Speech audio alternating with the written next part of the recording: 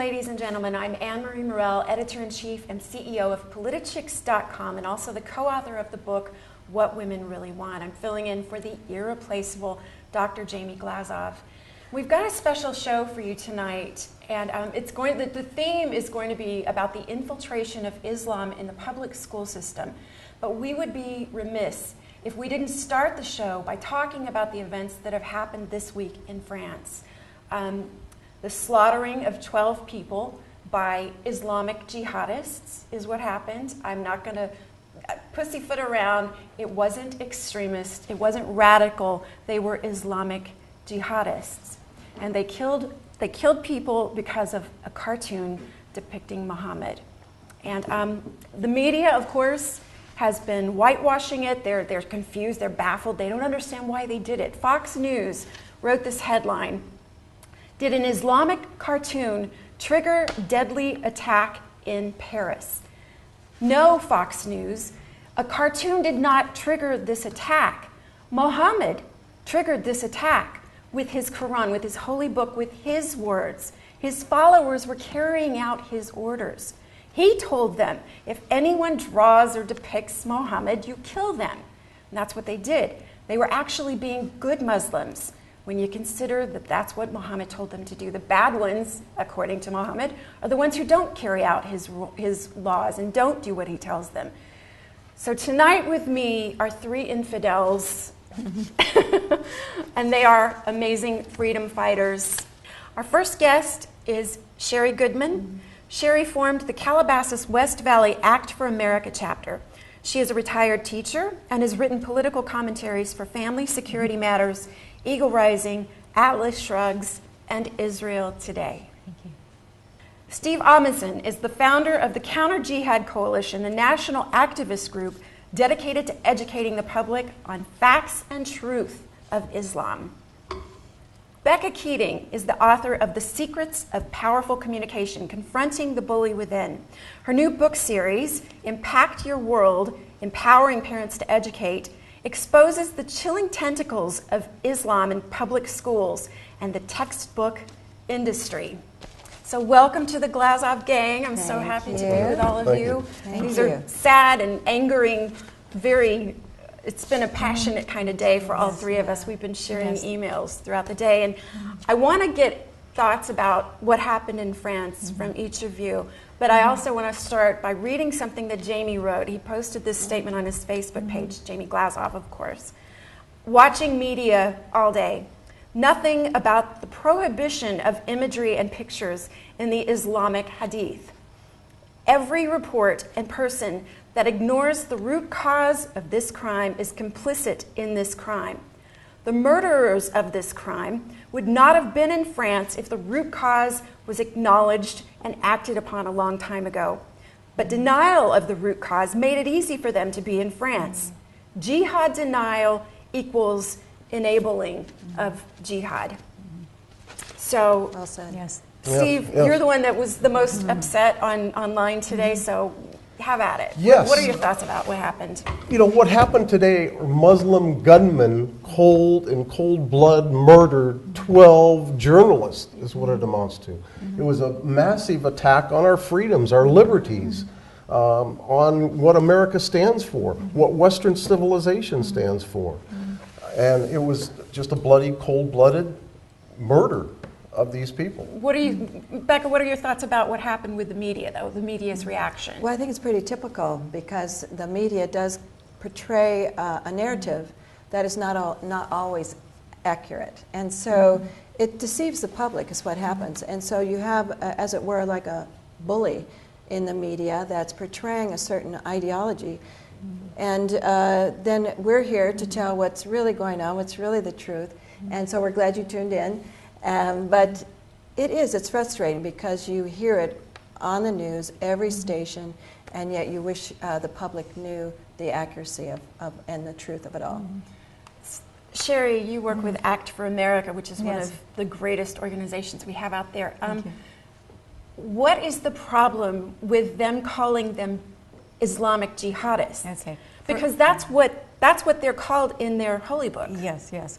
First of all, my sympathy goes out not only to the victims in France, but I really feel that all of us here in the United States, throughout the world, anyone who values freedom is a victim as well. And I feel sorry for the people, the population, American citizens right here in the United States, because they have been misled about Islam, they have been lied to, and even after this attack, it appears that the lies and will continue. Media, come on, get with it, because we don't want to die because of you, because of the lack of information coming out that's correct. The best way to infiltrate a country is by lulling them into a sense of false security, of making them think that you're their friends and that you're on the same page. You've seen this countless times with Jim Jones in Guyana and Charles Manson. Cult leaders are able to do this. That's basically what's happened with Islam, and they've got followers all over the world that do what they're told. What's the best way to infiltrate America? Through our children, through our school system. Yes. And I quickly want to read again. I've got stuff to read because this is really good. Carol Brown from American Thinker, this is basically what Jamie wanted us to do this because of her article, which was brilliant. She wrote, "Jihad in its many guises and forms is being waged across America. Not the rest of the world. America, it's here. No aspect of our society has been untouched by this relentless attack, including our schools. Our education system has been infiltrated by the enemy as the next generation of Americans is brainwashed with whitewashed Islam. The assault is coming from all directions, and it never sleeps." That should be really terrifying to every parent in America. And Becca, one of the biggest obstacles in the American educational system, which most of us are fighting against, is Common Core. You have done extensive research into this, and you talk about the tentacles of Islam throughout Common Core. I want to ask you, how are they incorporating Islam?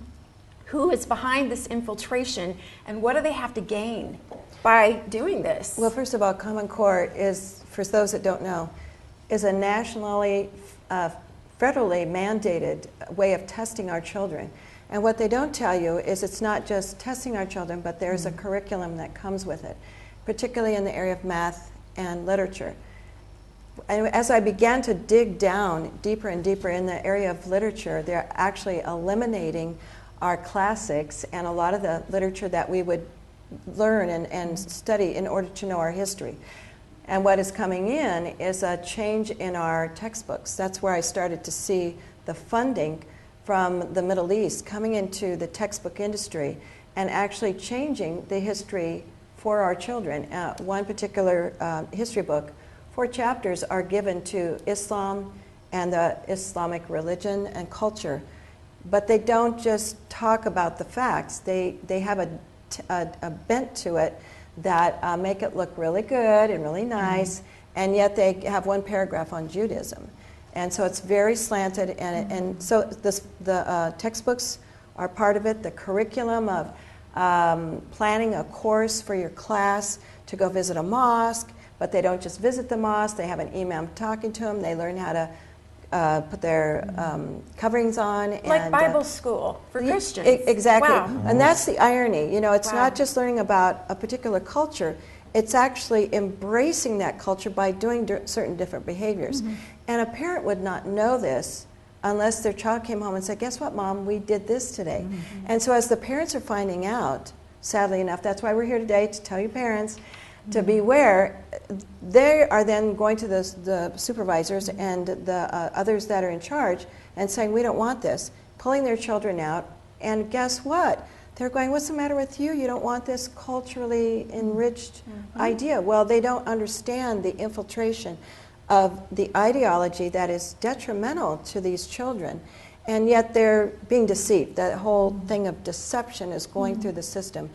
And it's going K through 12. It actually began in the universities when they developed those departments for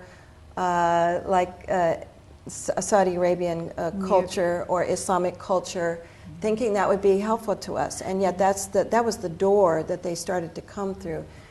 I mean, I could go on and on, but those are some of the different ways. Through the textbooks, through the curricula, field trips, and it's some of what is mandatory. That's the scary part. And it's coming from the Middle East, funding in the Middle East. Yeah, Middle East, Kuwait. Just recently, a man from Kuwait contributed $500,000 to the Tucson Unified School District in Arizona.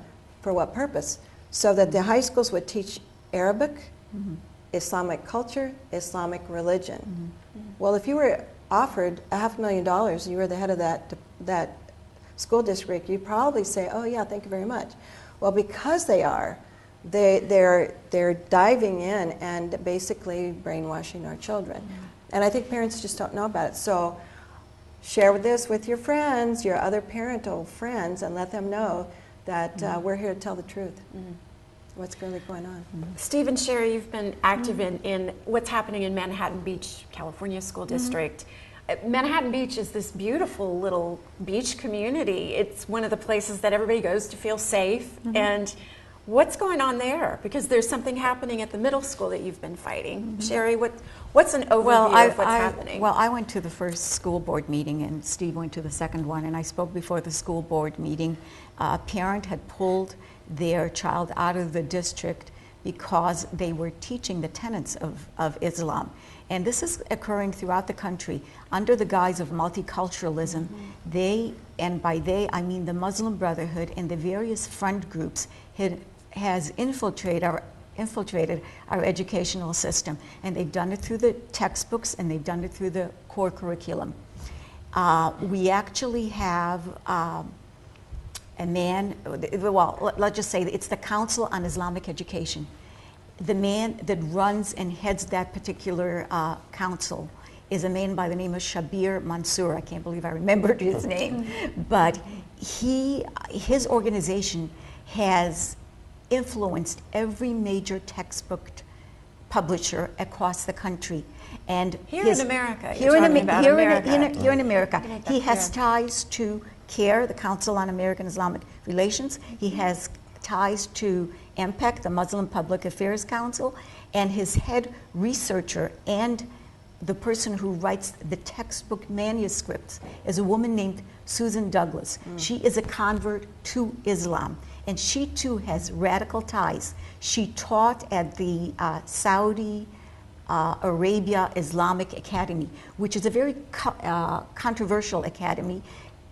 And the reason that was controversial is because they had textbooks that they were using that accused Christians and Jews as being the enemies of Islam. So this is a woman who has written manuscripts for our textbook publishers. She has trained thousands of teachers, which in turn has influenced millions of our students towards a whitewashed version of Islam. Yikes. Steve, you wrote a statement. You read a statement at the Manhattan Beach School Board, and you sent it to me. Okay. And I'm publishing it on Politics because it is Great. awesome. Okay. But you compared the Quran with Mein Kampf, and you Right. said that the Quran, that Mein Kampf reads like a love story compared to the Quran. Those are pretty strong words, but explain what you meant by that and what happened. What was their reaction to that? Well, quite frankly, only about 5% of Mein Kampf talks about the Jews derogatorily. If you take that 5% out that addresses the Jews, it reads like a love story compared to the Quran. Only 14% of the Quran has to do with religion, okay? The other 86% deals with how to take care of the kafir, the unbeliever that they call it. So yes, that's an absolutely true statement. Mein Kampf is much more loving than what the Quran is to the non-believer. So that's why I said it. But what was their reaction? Well, we have this PC board, politically correct board up there, and I was watching them as I was talking. And they gave me attention, but at the end when the superintendent spoke, he just poo-pooed everything I said and said this comes down from the state, this is what the state wants us to teach, and so we're not stepping over any lines. And it was like a canned response that he had. They do get their directions from the state because it is the state that sets the curriculum for each school district. So it's really the state Board of Education that we need to protest. You're right for the Good luck, textbook, California. but my point too is teaching and preaching are two different things. Here in Manhattan Beach and across the country, they're stepping across that line. They're starting to preach Islam, Proselytize. Yes. proselytize, Yes, exactly. right. Instead of, because the title of this course is supposed to be the history of religions. Well, like in Manhattan Beach, the 7th grader was told to memorize the Shahada. There's only one God whose name is Allah, and Muhammad is his messenger. If you say that in front of Muslims, you're converted to Islam, Yes, okay? yes, that's the Declaration of Faith. Right. And then he was also given a homework assignment to fill in the 5 pillars of Islam. Now this is the same thing as if a teacher would say, okay, I want everybody to go home and memorize the 10 Commandments. Yeah.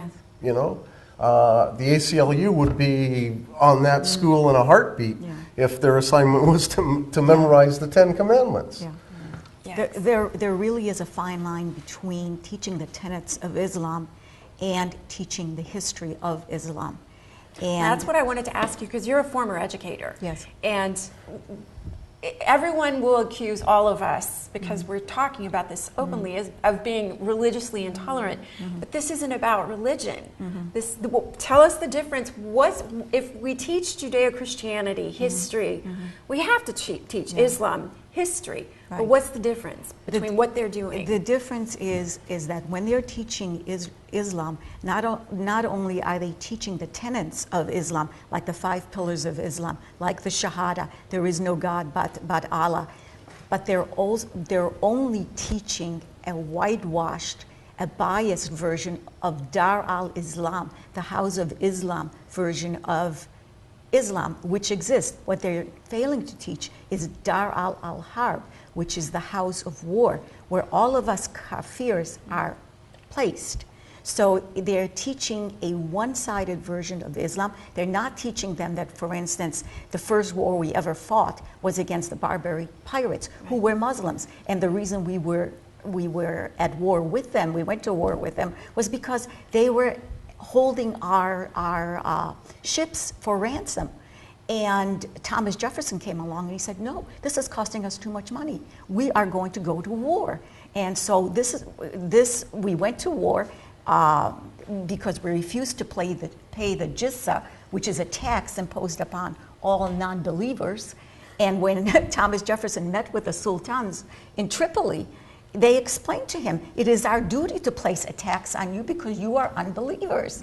So Thomas Jefferson declared war. We won that war. It was the birth of our Navy. Is this being taught as part of the social studies classes on Islam? And No. do they teach the 1400 years of Jihad, which is continuing today, Right, like we exactly. just saw in France earlier today? Right. No, that's not taught. 270 million people killed with the hands of Muslims? No, that's not taught. That's They not. won't even call it that. What is actually, even if they're saying Allahu Akbar before they kill someone, they're still denying it. They're saying, oh, that wasn't Islam. That was Right. something else. Something well, no, else. it is. Or just a few extremists that are taking They're everything just out of extreme. context. Oh, they're just lone that's- wolves. They're not Islam lone is a wolves. religion of, right. They're the good Muslims. Exactly. They're the ones that are But carrying isn't it through their interesting? orders. All these lone wolves, all the wolves have been Muslim. Yeah. Well, You know? yeah. That's Well, that's another thing, interesting I've fact said this though. before, but if my Bible said, thou shalt kill anyone who doesn't believe in me, I would not be a Christian. So this is where I don't really understand how people can continue following a prophet who orders everyone who believes in him to kill people like us. It's difficult. Steve, where do you draw the line then? It's at schools.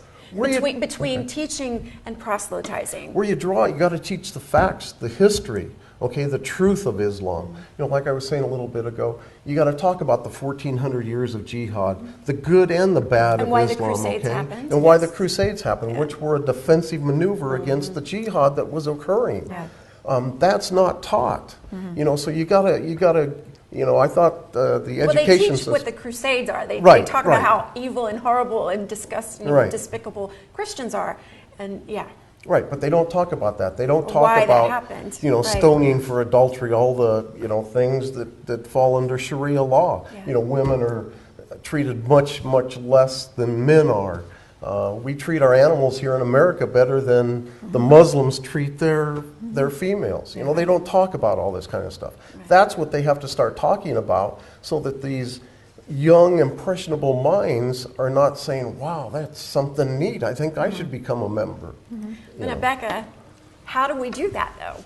Okay, how do we draw, if we know the line, we know that they need to teach about it, but if they've got all this money and power saying, teach it this way, are the teachers just going to do that? Well, it's a good question, and that's why I think Common Core is one of the prime issues between even the candidates that are running for political office. If they knew what it's all about and what it gets into, well, first of all, we probably shouldn't be voting for them if they are for Common Core. And I'm going to say it straight up, Jeb Bush is a big, giant, one of the main proponents for Common Core. And to me, anybody that is a true American and knows about it, I don't see how they could be for it. It's that federally mandated testing and curriculum, and it takes away the local power of the parents and the school board, as well as the teachers. The teachers don't have a say. I could talk for hours just on that aspect, but the thing about separating Islam into the schools, is that what you're asking? So that we can begin to save our children. And I think we just can't leave out jihad. We can't leave out the part where Muhammad instructed his followers to kill us. Yeah. You can't leave that. That's a big part of what it is. Okay, so we have this deceptive machine going on. And it's like the Titanic, and it's going down, and it's crashed into this. We're seeing it crash, and it's going down. So what do we as parents do? Do we try to repair the Titanic and try to fix it and change the textbooks and all that? I think at this point we need to get out and be on the lifeboats, frankly. And so we look at alternatives to our children, because if I wait till my child gets done with 12 years of this, I've lost him. And so one of the things, of course, is to pull him out.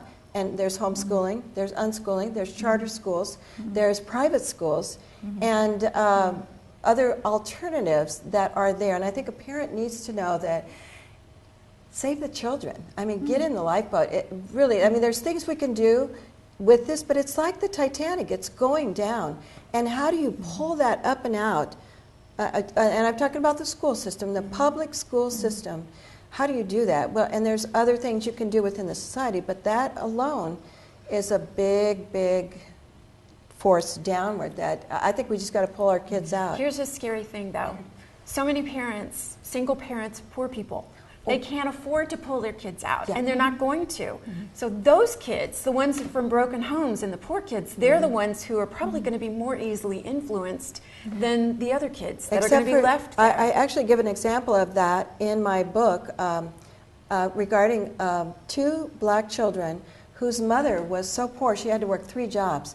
And she told Been there, done that. Okay, so she told the little boys, you cannot go out to play until you spend time at the library reading books.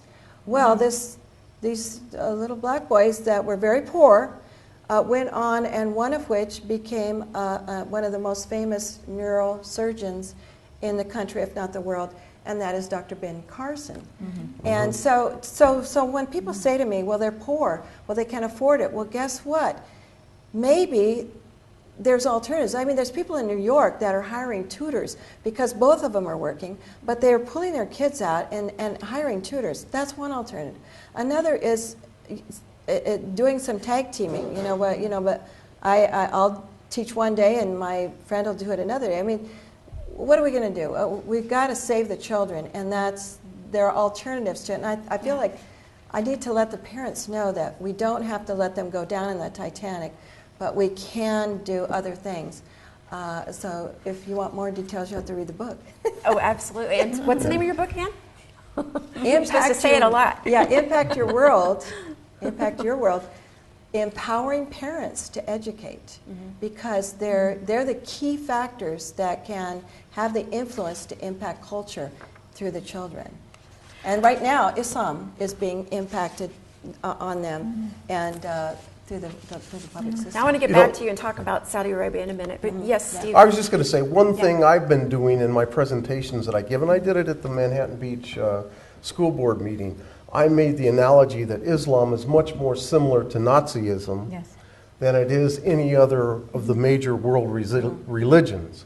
It's much more similar to Nazism than it is Buddhism, Hinduism, Judaism, Christianity, for the reason being they have Sharia that goes hand in hand with the religious part. You can't separate Sharia from the religious aspects of it. So it's a total ideology. When they talk about the Taliban and ISIS and everything else, and the Syrian rebels, all of them have one thing in common, and that's Sharia. And that's they all want to spread the same. And maybe we should explain that Sharia law replaces, let's say, our laws. So we have laws that are constitutionally set up. It would replace those, and what they rule, like a Nazi, instead of Adolf Hitler, it would be Allah and his law set. And so they really want to do a world caliphate takeover. Takeover. Absolutely, And Sharia law would be the ruling thing. Well, part of the Sharia law has a lot of impact, particularly on women, that I think a lot of our women aren't even aware of. You would think that they would. I get so mad because with my book, it's like we've been attacked by feminists, and I keep saying, if you really care about women, let's look somewhere else. Let's get outside of this cushy country and really look. Shari, again as an educator, what can parents do about the National Education Association? Because that's a very, very, very, very powerful, the NEA. It's a powerful organization, and then we've got politicians that see this money and power involved in things like Common Core. Well, the left. How do we escape that? Well, this is a problem. The left has teamed up. They have joined forces with the Islamists, so they protect each other. Their common enemy is the United States as we know it, or as we once knew it. I think what we need to do, and what we at ACT try to do, is we try to educate Americans. And it's very difficult to do because we don't have the media on our side. So how do we get the word out? Our legislators would be of significant help if their public pressure was put upon them. But the public pressure isn't going to come unless we wake them up, unless they acquire the knowledge that we have about Islam. So that is a big task, is to educate the American public that there is not only a violent jihad that we're seeing, that we saw in France today, that we saw in the Boston bombing, 9/11, but that there is a stealth jihad that's taking place. And that stealth jihad has infiltrated all of our institutions, including our educational institutions, including the media, including our courts, including our national, state, and local governments. So it's, when you ask what can we do about the NEA, the infiltration, the seeds have been planted, and they are so deep that even if you were to change our government, meaning another election takes place, the seeds have already been planted there. So how are we going to rid ourselves of those seeds unless we wake up the American public? And the American public says, enough. We're tired of being lied to. We're tired of succumbing to Islam. We're tired of having our culture and values threatened. When America wakes up and says we've had enough and we refuse to be lied to anymore, that's when you will see change, because an elected officials will not be able to be re-elected again until he decides to represent us. And at this point, we have no representation. Protect us. Except for a few. We've got about 2 minutes. And so I want to wrap this up real quick. I want to offer people a little hope, if there is any. It's scary. What, in your opinion, how can we help people the most? And then give your how people can contact you and your information. And if anybody has any more questions. How they can be helped the most. Yep. What can we do? How can we fix this? Okay, realizing as parents, first of all, that there are options that you can do. As a citizen, there are options you can do. I think looking at the politicians that represent you, they need to be, you need to find out what they really are voting on, what they're standing for. The one thing about the NEA, it's actually a teachers' union, and it's to protect the teachers. So we need to let the teachers know that they too are being deceived, and so to be on their side as well. I think getting plugged into organizations such as you guys are involved in is also a good thing to do. But well, how can they contact you? And I want to make sure Steve talks to you. Yes, through beccakeating.net, BECCAKEATING.net. So you can find out more about me and how to get a hold of me. Great, And thank my you. And book. Steve, how do they get hold of you? I'm going to go to the 3rd Street Promenade. This is the Great, guy that fantastic. started that. You know. He goes out there and he actually, you're You're on you're the walking front the line. walk. Yeah, on the front lines, but it's necessary. You'd be surprised how many uninformed or misinformed, people are out there. We have brochures. We put together about 15 different brochures, each dealing on a different aspect of Islam. Truth and facts. You can't dispute it. How do they find you? Okay, Yes. like us on Facebook, Counter Jihad Coalition, or send us an email at counterjihadcoalition@gmail.com, and we'll be happy to send you all of our brochures so you can start up your own 3rd Street. Awesome. And Shari, Act for America. actforamerica.org is a national website, and then if you want to contact me, it's calabasasact@gmail.com. All right, guys. Wow, this was amazing. I've learned a lot from all of you, and there's so many more. I had 50,000 more questions, and I wanted to talk about Saudi Arabia and the Muslim Brotherhood fronts and everything else. That's all the time we have for tonight, though. Jamie, you got to come back eventually, but if you don't, I'm happy to fill in for you anytime. Thank you all for watching, and see you next time.